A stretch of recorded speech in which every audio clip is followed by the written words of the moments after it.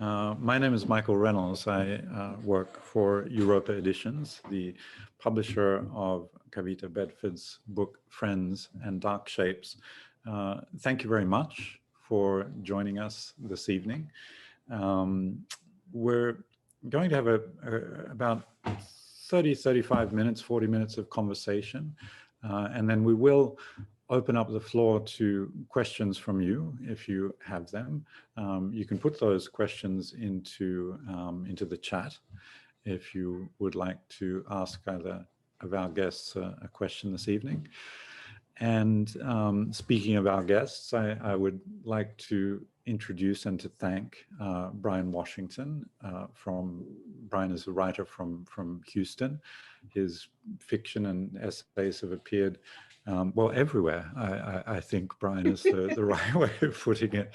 And his sensational short story collection, Lot, which I first heard about at Winter Institute, I think a couple of Winter Institutes ago, was published in 2019 by Riverhead, and was a Lambda Literary Award winner and a New York Times Notable Book of the Year, and one of my favorite story collections of the last decade.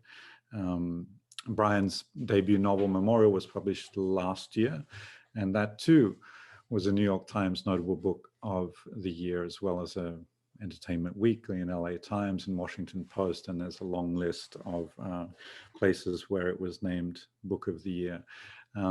If you've read Brian's work, or if you know anything about it, then you will probably also be aware of the fact that he writes urban topography as character, I would say, as well as any living writer, which is one of the reasons that I'm especially pleased and grateful to him that he was able to join us for this conversation with Kavita Bedford, who joins us from Sydney, Australia, and whose debut novel, Friends and Dark Shapes, we have just published at Europa Editions. And it's a book about which Jenny Ofel said, it's astonishingly assured and full of razor-sharp observations about what it means to live precariously in a changing city.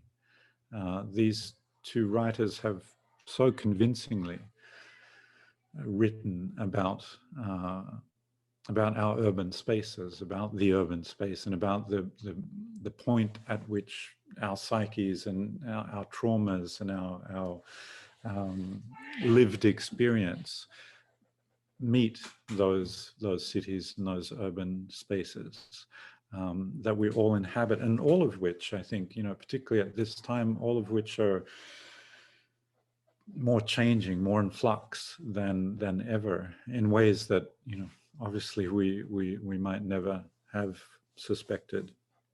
So thank you, Brian. Thank you, Kavita, for joining us. Thanks to everyone who is listening to this event. And I especially want to thank our partners as well, Brazos Bookstore and Skylight Books for co-hosting this very special event tonight.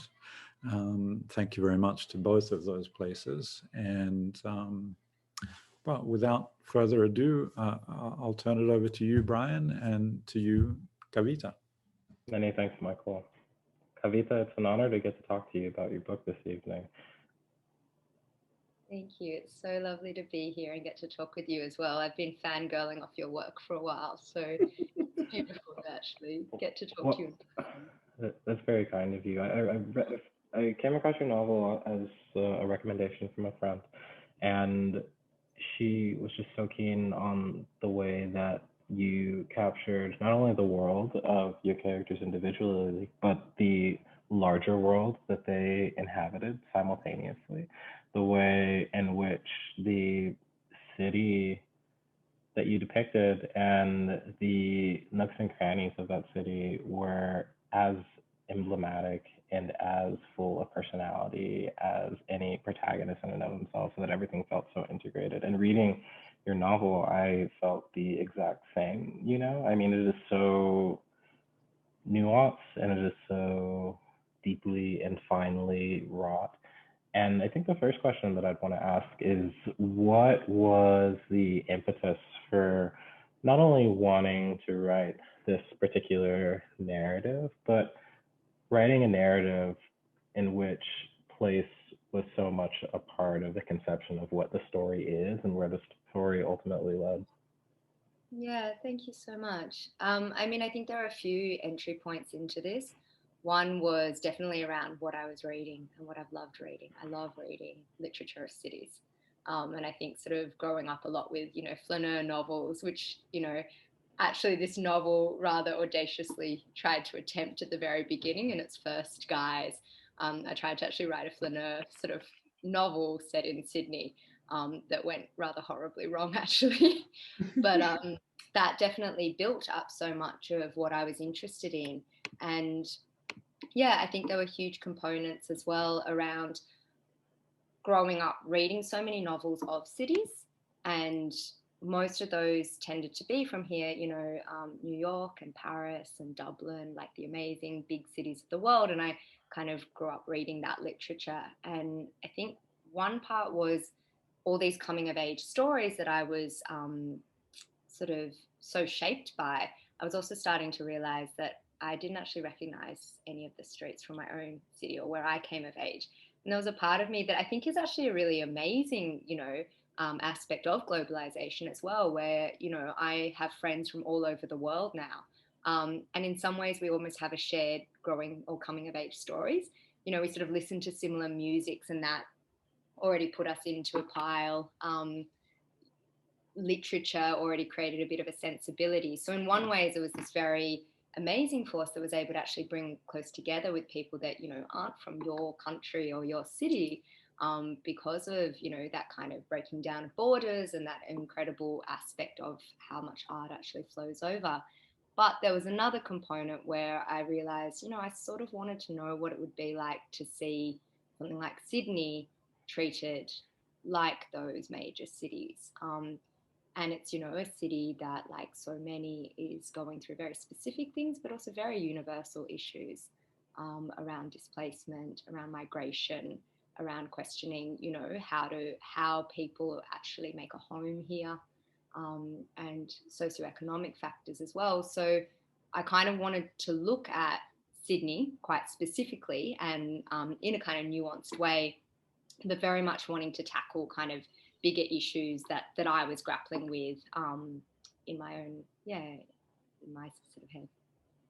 Yeah, I mean, I think that there's the question that feels like natural to me to follow up with is how you conceived of home as an idea when you began the narrative, and if that idea or that conception of home changed for you specifically as you finished the narrative, but also how this idea of home and the sort of search for home for each of these characters developed over the course of your drafting process. Because reading your novel, it felt as if though, by way of its structure, by way of its elliptical nature or vignettes or however one would lean into describe like the multiplicity of stories that you've created. You've created the world that the city emasculates, but each of those sections in and of themselves is an entire world. And their proximity to one another created just this really vibrant, this really voluminous tension, just by way of proximity alone. Like as each of these characters attempt to figure out what home means to them in different degrees, right? And in many ways, and this isn't much of a spoiler, but we began the narrative with an arrival, and then we end the narrative with a departure, if not a series of departures. So I wondered how you arrived at not only the structure of the book, but also your conception of home as it related to the novel. Yeah, that was a huge part. I mean, that was kind of a central question that also launched this book off.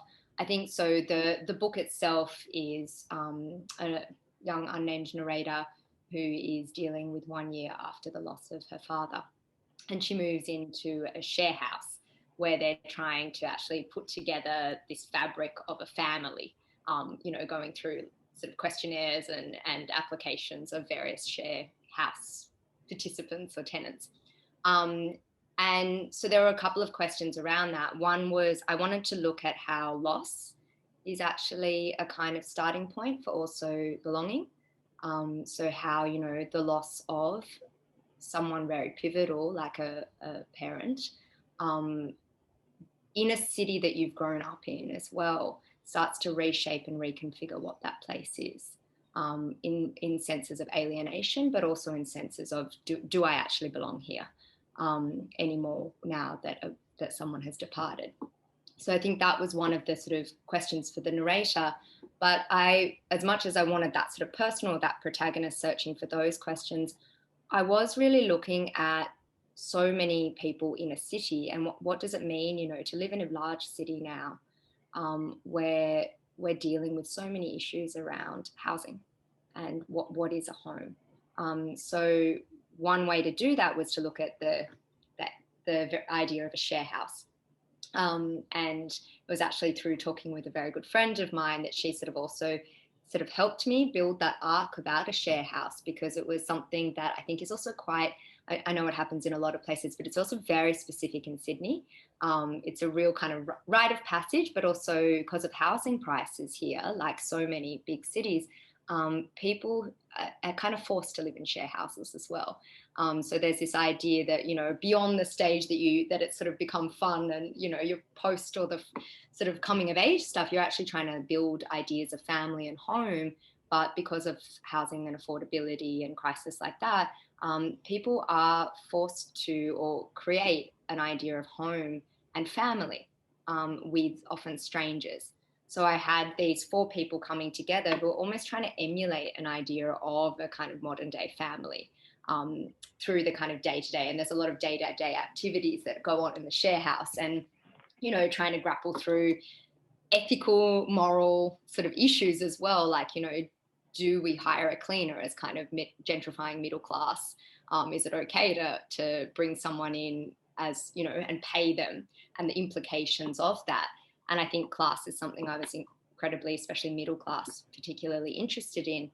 And I wanted to understand how, so one, there was this idea of a generation, kind of millennial belonging, if you will. And what does it mean? I feel like so many of these questions or expectations that were kind of offered to this generation, and this idea that we're also supposed to have a home. And where if we got educated and we did all the correct things, that by virtue of that, there is this expectation that we are therefore supposed to have house ownership and we are supposed to belong and we are supposed to be part of that. And that's been dismantled through a whole variety of things. And I sort of was interested in the question without judging it necessarily, but, also what is that expectation and is it fair and is it right? So there was that kind of generational belonging. But then, as you say, the book is encompassed by so many short chapters of characters that we often don't always meet again as well. And some of them are Uber drivers or conversations with people in cafes or, people on the train. And I wanted to look at very different ideas of what it means to belong in a large cosmopolitan city now as well. So I wanted to explore as well, and the narrator, as well as a lot of the characters, are migrant backgrounds or they're half, culturally bicultural. So I was also interested in when you have a country where people have come from so many other places, what does it mean to make a home? And in Australia, also very specifically on stolen land and the colonial history here. And what does it mean to be a migrant from another place and to have left somewhere and fled and know the implications of that? But for a lot of second generation, not really also know the implications of that. They just know it through stories of their, families.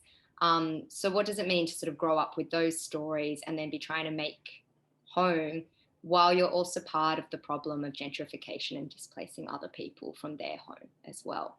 So I was interested in those kind of, those complexities that I think we're all complicit in as well.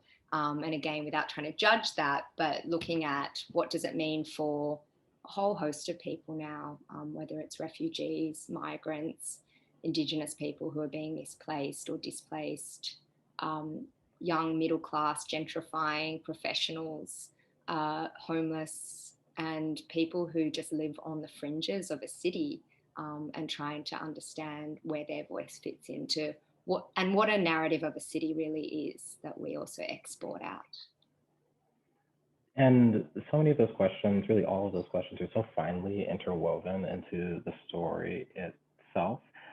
And one of the things that I most admire in contemporary literature, just when people are able to pull it off generally, and what I think that you accomplish so beautifully, is presenting these questions in narrative form, but also presenting them in such a way so that each of the characters, whether it's the protagonist, whether it is a relatively or an allegedly minor character, whether it's a shop worker, whether it is an acquaintance met at a bar, they're given the benefit of the doubt, and they're given the opportunity to live in that question prior to their presence on the page, which really underlined, for me at least, just the feat of your creating this world on the page. And something that I wanted to, you just hit on it, and I wanted to ask about this question of what it meant for your protagonist specifically, but also for, you know, these characters in aggregate to be people among other people, because that also felt like a central predicament for each of these characters in various capacities, right? Like this idea from the epigraph onward of being beloved, right? This idea of belonging, right? The assemblage of each of these folks who are living together in what is just on its face a very liminal space, but attempting to create stability and a foundation by the confluence of these various contexts, right? Like everything is working against this idea of them being able to create a family or a sort of found family, but that doesn't stand in the way of their seeking to conjure one and pull one together. And for a time, they're able to accomplish that. So I wondered how you felt that you wanted to present this question of like, how do these characters figure out how to belong to one another, how to coexist with one another, and how you conceived of that being a question that you wanted to present in the narrative. Yeah, it's really beautiful. And I think you sort of actually touched on so much in that early part, around a kind of empathy or a kindness of letting people exist in doubt and letting characters exist in uncertainty as well. And I think, you know, especially when you're trying to tackle sort of the big politics questions, if you will, to grapple with not coming across as didactic or polemical or you know, there's so often a part of the writer that wants to sort of jump in, I think, and say, you know, I know, or this is the complexity of this issue, and almost explain around it. And I think a challenge, and something though that then guided, was trying to let these characters exist in that sort of space of just not really sure, but each one had their own issue. And I think something that I was trying to understand or also grapple with was, you know, in a city, and I think the idea around loss as well, where it feels now, you know, everybody has lost something. And we're moving in these vast spaces in huge amounts of people and population, and we're rubbing up against each other, or were, sort of on this daily basis at one point. But even now, it's really interesting it happening in a kind of disassociated space as well, where naturally I think comparative models come in, where, you know, I've lost more than you, can shape a lot of our politics, but also around the idea of, you know, there's this fear of losing, and fear of loss is also what drives, you know, whether it's loss of power, whether it's loss of home, whether it's loss of, you know, dignity. But there's this kind of fear, and it feels like, you know, in these interactions with people that often take place, how do you actually have any room to listen or have empathy for anyone when you're either going through your own loss or just also dealing with this vast slab of humanity, and how do you individuate any experiences? And those were sort of questions around, you know, when you're asking about how the characters fit in, and in so many ways, like there's these characters that take place, the four in that the share house, and I kind of wanted them to be, in one sense, none of them going through anything spectacularly huge. Um, a lot of the side characters might have actually come from war-torn countries or come from places and dealing with, but I kind of wanted the three, four in the house to actually be going through almost everyday problems or everyday issues, which I think are also profoundly hard to work out. And so some of the questions touched on, you know, especially where there's this idea of good intentions or people wanting to do right and live, you know, as sort of good citizens. But there's so much on a daily basis that we're faced with, where, you know, in one case, sort of neighbors move in that are quite violent. And there's sort of problems around, you know, lots of beer throwing and smashing at parties. And a note comes from a fellow household who are kind of a young lawyer couple who've recently moved in and use all this kind of like high fluent language and bureaucratic language about, you know, and saying we must mobilize and we must, you know, unite in this and get rid of this neighbor. But this neighbor was sort of there for a very long time and is going through their own issues. And where to place this kind of empathy. And I kind of wanted this little pocket or this this household to almost serve, I guess, as the us in trying to navigate so many of these when you're, you know, do you get rid of that old neighbor who's been there for well before you came along, and you're probably going to move out of this area in 5-6 years anyway when you're, you know, get a better salary. Do you get rid of them and mobilize with a young lawyer couple? You know, it's almost choose your own adventure kind of aspects. And I think there's this idea now that, you know, these very small moments and interactions that we have are very weighted with the implications of other people's losses. And I think for so many that naturally hardens us. I mean, it's survival mode, you know, at some stage it has to kick in as well, this kind of hardening to others' experiences. But partly, and, you know, through the protagonist dealing with loss, grief and loss, you know, often put you in quite a porous kind of state, where you're able to, in some ways, connect and transcend and feel the loss of others in a way that perhaps you don't always want to be. You don't always want to be connecting with those who are also, you know, going through things. But I think that lens allowed in the book for me to explore some of those people and try to understand how each one is grappling and dealing with their very own set of circumstances and problems. And even if they haven't lost to the extent that perhaps you have or I have or whoever is reading the book has, judgment and hardening is kind of an easy fix out of some of those things. And I wanted to look at how do you just soften a little and create a little room for some of these people that, and what are those implications without putting any answers on it, I guess.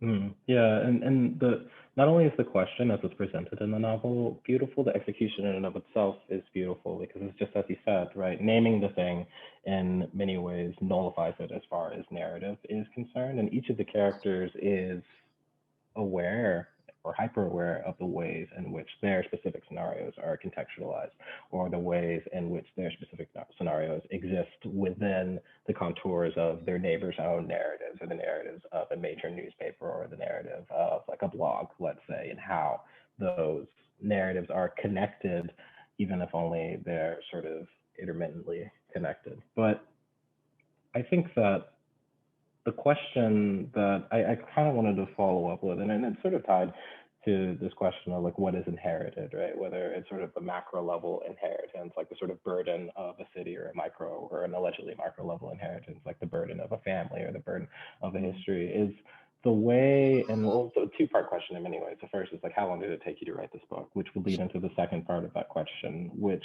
is the idea of a place changing in the midst of your writing a particular narrative, right? And given that this particular story, I don't want to really say it's place centric because place is the narrative in many ways, and it's emasculated in every other component of the narrative. But I imagine that, Sydney changed, right? Like the city changed in the midst of your writing, that in this larger narrative, but also each of these micro narratives. So I did want to know, in many ways, when you look at the text now, do you see the city as it is presented now, or in many ways is the text and capsule for, a capsule of the city as it was? And how did you navigate that possibility in the midst of your writing the book? Yeah. So in terms of times it took me to write it, I had a draft for 3.5 years, I think, and I thought I'd finished it. And I showed it to a good, someone I really trust, and they looked at me, and I looked at them, and they said, do you think it's done? And I said, and I almost cried, and I was like, no. And I took that book that was a very, very, very different book, and I cried for about a month, and then I rewrote the entire thing. And that took about a year and a half. And I think so much of that, though, is exactly these questions or these things that we're talking about now was, in some ways, that first draft felt like quite a hard version of this.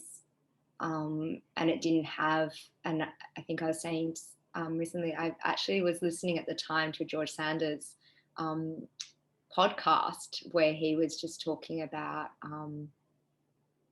how literature has to have hope and kindness as well, and the place for that in literature. And his work is obviously such a huge, even though he tackles such huge issues, there's this really at the core of it almost this expansiveness. And I realized that the book I had been writing felt kind of small in some ways. It didn't feel like it had that at the core, even though it's sort of tackling exactly the same issues as that previous book was. I realized there was so much of and hope, but also just the kind of kernel of that kindness towards others in the world, without necessarily that being any kind of thing saccharine or soapy. And so that really changed. And once I sort of took on that lens and understanding as well as finding the structure of the share house, those things sort of just pulled it together as much more of the kind of what I wanted to be writing about was the same, but in that approach and that manner. So that took about a year. And from that, I guess I always knew, though, that I was interested in trying to document a changing city.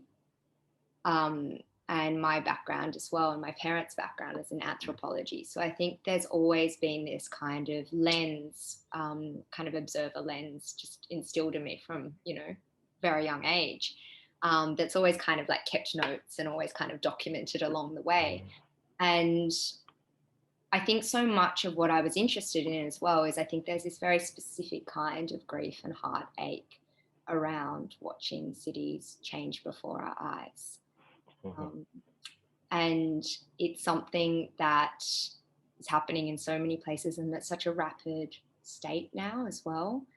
And what I wanted, and there's kind of like a couple of, I think there's about 2 or 3 cities actually that take place in this book. There's the city of her father and her sort of growing up with her father, and that sort of, that realm or that world has this very distinct kind of language around it, and there's the way and the lens and the colors that I saw that in was that kind of nostalgic kind of coloring of a place. And we all have this idea of nostalgia that the past was in some ways better.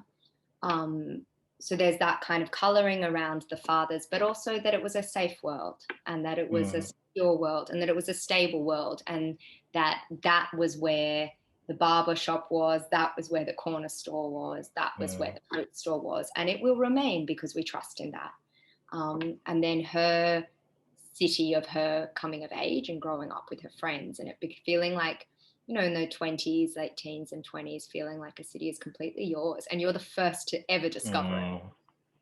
And everything that suddenly, when that barbershop does pull down, and when that fruit store does move, it's a bar and it's a cafe and it's this, but it's your cafe and it's your bar. So you feel completely like you're writing the city. And I think there's this incredible kind of almost power that feels like you're inscribing something of yourself onto a place.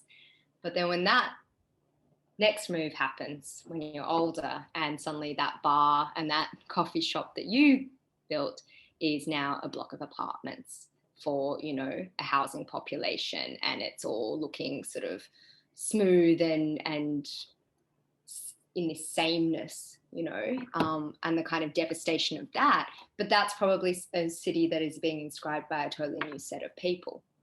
But I kind of wanted to look at how memory builds up in a city. And so when those things actually get moved away from you, what that does actually is feels like often there's this feeling of I want to leave, or I want to get out, or this place is being excavated before my eyes. And it feels bodily. And I guess I was really interested in that kind of embodiment as well of a city, and how, you know, who inscribes what? Like, do we inscribe the city, or does the city actually take charge and mark us? And what being forms? And it feels really personal when developers come and take over sections of community, especially, you know, where gardens and places that were for people who often couldn't afford housing. And I know this is something you cover so beautifully in both your books as well. And actually, I mean, I was reading a lot when I was writing this, and it actually really informed a lot of it, because it was something that I hadn't been reading a lot of stuff about. I was looking for gentrification, but treated with empathy as well, and trying to understand so much as well around experiences of people who don't get to normally build their narratives. So these kind of voices that are othered a lot of the time. And when we talk about cities and what gets moved and excavated, it's either these people are sociological subjects, so they're treated as the subject of some study, but where are their actual voices in narratives? And so reading your work actually really helped me and gave me a lot of confidence to insert these voices that I had been feeling needed to be part of it a lot more, actually, which was really beautiful. And yeah, I think there's just this kind of heartbreak around changing cities. And for the narrator, she's very much looking at that city of the past and her father, and then her father who's no longer there, and this city that suddenly doesn't look like a friend anymore, and it doesn't look familiar, and it's this whole changing landscape, which is the inside very much on the outside as well. I think that, well, for one thing, I think that you approach that question and the question surrounding the idea of what a city is, what it can be, how it can be the exact same thing for many different people, and the ways in which that particular thing can change for those folks over an extended period of time, just expertly. But I only have two more questions, because I want to make sure that there's time for folks to ask questions. But the first of them is, in this narrative that is so centered on the commingling of contexts, the commingling of folks from elsewhere as far as the narrator is concerned, because they are a part of her narrative, but they are not her narrative in and of themselves. I wondered first about your question not to name the narrator, because I don't name my narrators, and I have like specific reasons for not doing that. So I'm curious about what your reasons were. And secondly, for in a story where not only your narrator and your protagonist, but each of these characters is searching for and looking to conjure and looking to hold on to some semblance of truth, and what truth is or can be, how you went about establishing what is true or what was true over the course of the narrative. And also, did that conception of like what is true in this particular story change in the drafting process and through your edits? Yeah, cool. I love unnamed narrators. I so much of what I'm reading plays with that form. I guess I was reading around that time. I mean, I was reading you, but I was also reading Rachel Cusk. I guess I was reading Jenny Offal as well. I was reading, although he names a lot of, but I was reading a lot of Teju Cole. I was reading, I mean, I was just reading now, even the novel Whereabouts as well. And just these kind of we're all these kind of unnamed narrators. And I think part of what is freeing around that as well, because it was also a decision. And I guess there is something that feels political in that decision as well, in that, you know, identity, I feel like so much with novels, there's this kind of wanting to trap writer and narrator and protagonist together. And there is a freeing up in sort of unnaming, but also that, and it kind of comes to that idea of truth where, you know, so many of these were my truths, obviously, but I was very much trying to capture the essence or the feeling of a place and a time in a city and a set of problems that are being faced now, and trying to capture that from a perspective that was mine, but felt in so many ways like the conversations of so many people around me. And to, in some ways, to name it and identify it just purely as me felt strange, and also it wasn't me. So it was, the narrator was a build up of so many of these kinds of shapings that it felt like, and at one point I just wanted the narrator to just be a force. You know, it almost felt like, yeah, like it just felt like it just wanted to be this energetic thing, and then everything gets made up. But you know, there are some forms to literature which I adhere to. And so I gave the narrator an unnamed kind of space in it, but to almost, I think I saw her as a little bit sort of as this sponge, or this person that was moving through different places. And in Sydney, and I don't know, like so much Houston, but, you know, parts of New York as well, where each section is so different to the other. And it's made up of such a different set of histories and people and cultural groups that move there. And so I kind of wanted her weaving through these and kind of pulling together these places and these experiences, and to be a bit of a sort of vessel through which, through her story, it was clear why she was seeking this out. But what I really was interested in were these stories and this vessel of wanting their ideas and identities and stories just sort of come through, but there needed to be some instigator as to why she was going about seeking them out. So there was a lot of that around choosing to make the narrator kind of this unnamed force. But then, and I'm so sorry, I've forgotten the second part to the question. I think that you answered both parts of that Okay, question beautifully, awesome. right? Like, I think that, and I have so many more questions I could ask. I mean, we really could have spent the entire time talking about the way in which you approach identity in this particular novel, because I thought it was beautifully done.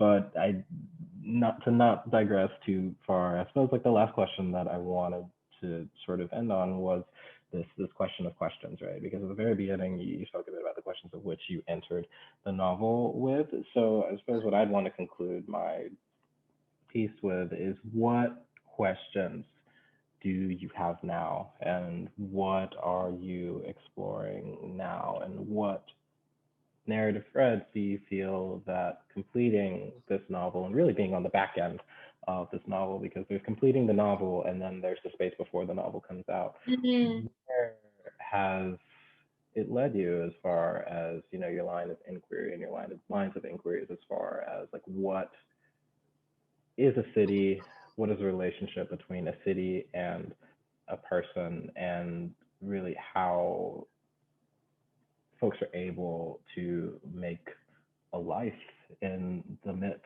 of inheritance, in the midst of influence, in the midst of these many different contexts on top of one another, in the midst of these many different truths that are competing simultaneously and coexisting simultaneously in the midst of trying to like create your own. Like, where do you feel that you're exploring now?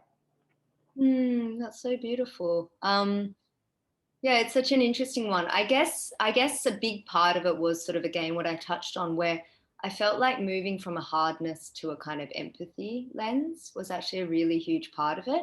Not suggesting, I mean, I think there's so many aspects of you only kind of writing these sorts of stories generally because there's something sensitive and empathetic in and your questions in your soul anyway.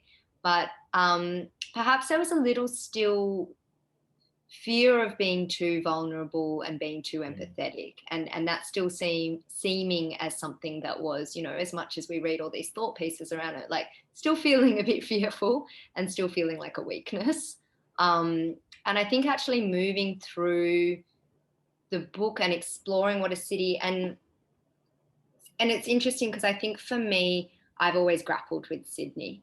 And I'm sure this is the case for many people who also grow up in cities. You know, I grew up here, I'm born here. Half of my family are from India, half are from here. Grew up always feeling there was also somewhere else I was supposed to and belonged to. But also I came from a family where we moved around quite a lot. And I think that partly that was always going to create a bit of an outsider sort of headspace, and a bit of an observer sort of headspace that is actually really interesting. When I always assumed I would look at other cities, I always assumed I would look at other countries. I was much more interested in other countries than my own.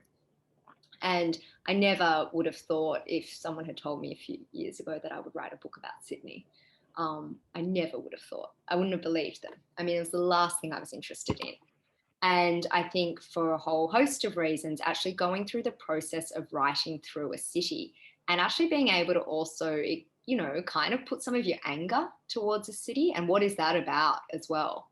And I think sort of in that, where the narrator also talks about, you know, how much are we sort of imposing on a place, and when we're angry at a city, is that ourselves, or is there actually something there? And like you're saying, these inherited histories and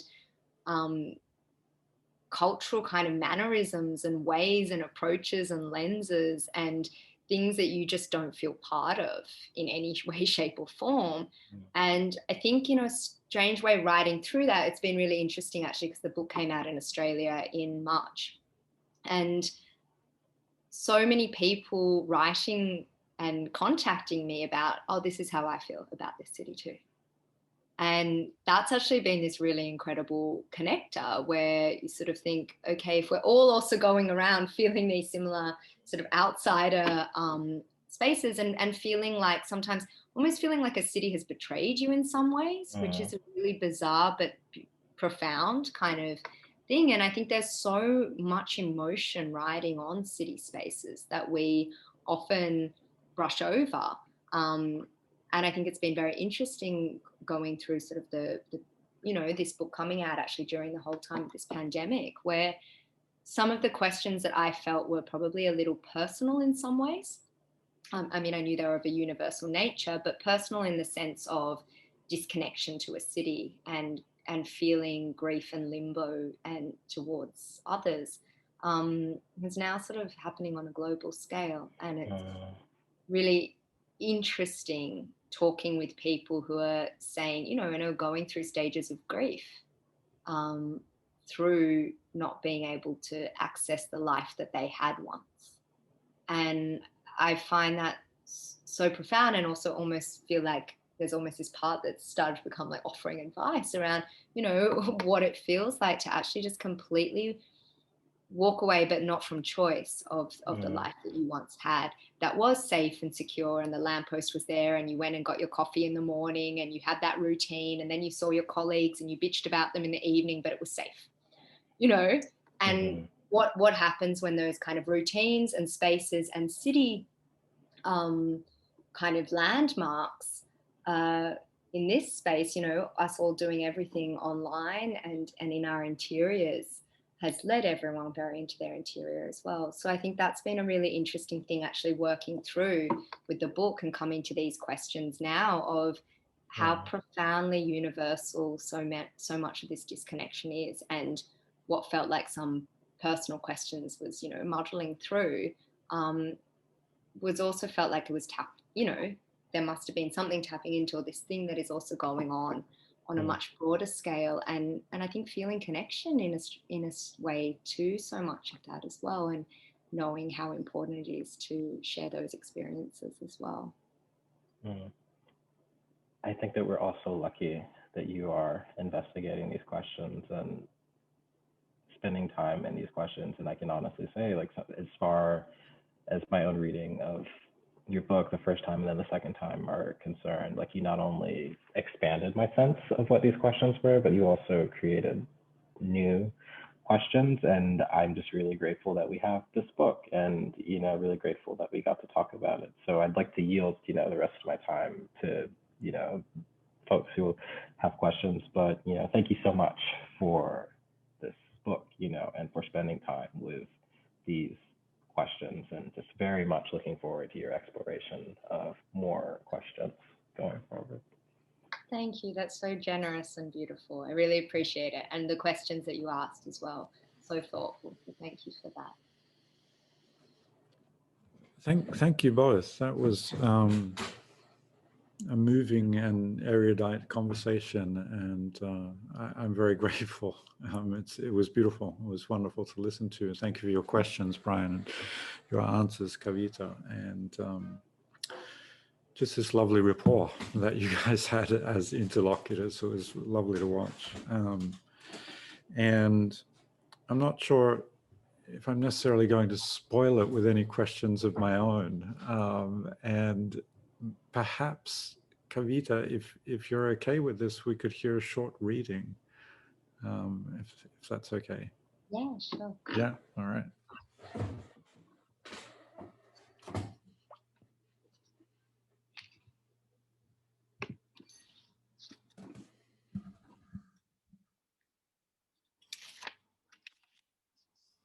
So I'll just read a very short chapter, chapter 5, that is towards the beginning of the novel, when the narrator is going to a suburb out in the western suburbs of Sydney. I go to a small place out in the western suburbs near the office where I work part-time, that is at the back of a family-run Chinese herb store. Inside, it's all textures and bitter smells. Cellophane packets filled with tisanes, crunchy dried barks crammed into baskets, and twisted roots hanging from the ceiling with pieces of twine that remind me of those squealing baby mandrake myths. Retreating my gut, which has been throbbing and squirming like some kind of ferret inside of me for the past year. The old man offers massage services, the hard, dry kind that pinch the skin and force a cry, but also make you certain that pain is the only way to get to the root of problems. His daughter offers acupuncture services, and they work side by side. Most of my friends would roll their eyes at the thought of working with their parents because they'd feel they weren't making their mark. I think how splendid it must feel to be part of a family trade, and the two of them together are kind. The type of kind that allows you to just be silent. This is a rare gift. I always feel close to tears when I see them. The daughter takes me to the back of the shop to a tiny room with 2 little beds set up and a makeshift curtain to go around each. It is a bit like a change room at a market stall, just a loose curtain blowing in the wind. She gently adjusts the pillow. She is serene and graceful, and her skin always has a clear sheen to it, which makes her glow. And when I ask her how, she says she does Vipassana, the silent meditation, every year. She says it's important to create a time to be silent every year. There's a lot of noise in the world. I lie on my back and she places a hot box stuffed with herbs on my stomach, so the steam will go into my belly to ease some of the pain. She twitches the curtains briskly and leaves. I hear her ushering a woman into the neighbouring change room, and this other woman talks so loudly through the thin curtain separating us that I can hear her trying to heave herself, huffing, onto the little bed. She tells the acupuncturist she is schwitzing like a heifer. She says her thighs are sweating like a newborn calf. She says her bikini waxer has recently gone on holidays and she is growing a thicket down there, and she says it has never been the same since childbirth anyway, and how about that heat? It sounds like some kind of crazed monologue. The acupuncturist comes back to me and picks up the herb box and turns me onto my belly and taps the fine points of needles into different parts of my back and says things like meridian and chambers and flow and chi and organized principles. And I start to get drowsy, and then she pulls the curtains and leaves me to my dreamy state. When I lie silently with needles in my back, the woman next door keeps talking. I try to picture the acupuncturist's face as she listens to the growing list of this woman's bodily exclamations. Oh, my back, she says, my neck, my pussy, and my... She bursts out laughing. And her laughter seems to shake the little store with its tied bundles of herbs that could blow away any minute in the wind. Then I hear the pull of the curtain as the acupuncturist walks out, and we are both left in the rippling silence. When it is time to leave the store, I pull on my clothes. I am told to go out the front of the store and that the acupuncturist will come out for payment in a moment. As I sit waiting, I look at the mounds of goji berries and lapsang souchong and fermented root, and the father twitches his mouth in the gesture of a smile, and I shyly smile back. The acupuncturist comes outside and hands me a bottle of dark pills and tells me the times to take them and the amount to take, and then she touches my arm gently and says to me, "You are holding on to things too tightly and too deeply. It is making your aura muddy." I pay quickly and leave the little house made of herbs.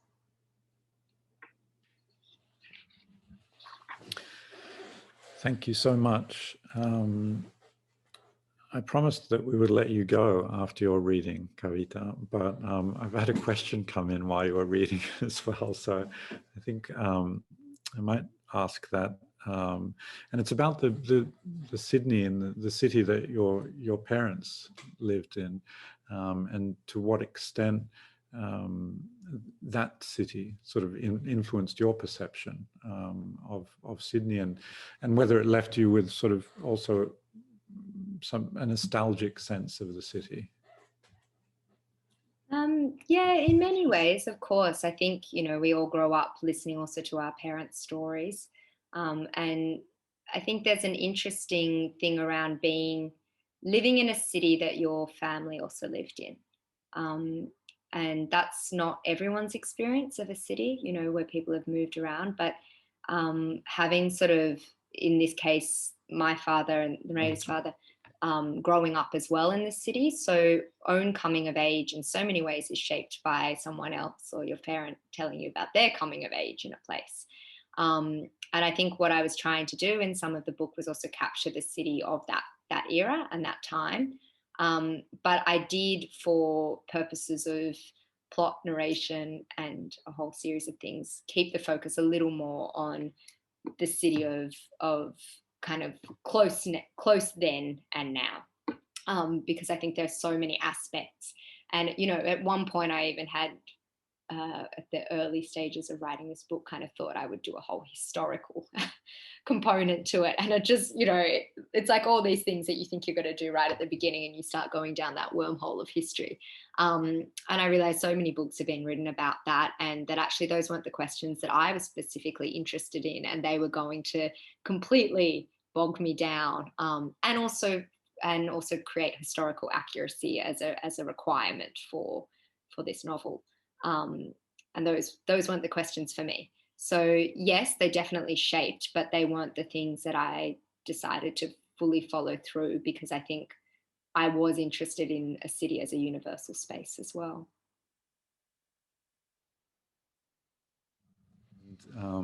Thank you both for this conversation. Thank you all for coming, and especially to Brazos Bookstore and to Skylight for co-hosting. And a reminder that Brian Washington's books and Kavita's book are all available at Brazos and Skylight, and you should do your book shopping at your independent bookstore. So thank you very much again, and good night.